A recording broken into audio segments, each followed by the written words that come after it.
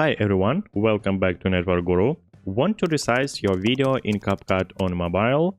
Whether you're making content for YouTube, Instagram or TikTok, I'll show you how to change the video size in just a few taps. Let's go.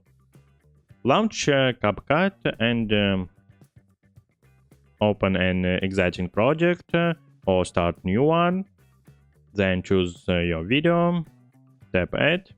Then scroll right bottom menu and find aspect ratio. Tap on it.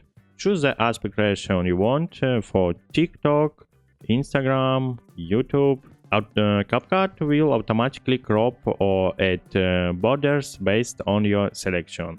Use two fingers to zoom in or out on the video preview. You can reposition the video by dragging it around. Scroll right button menu and tap background if needed. That's it. If this video is helpful for you, don't forget to hit the like button.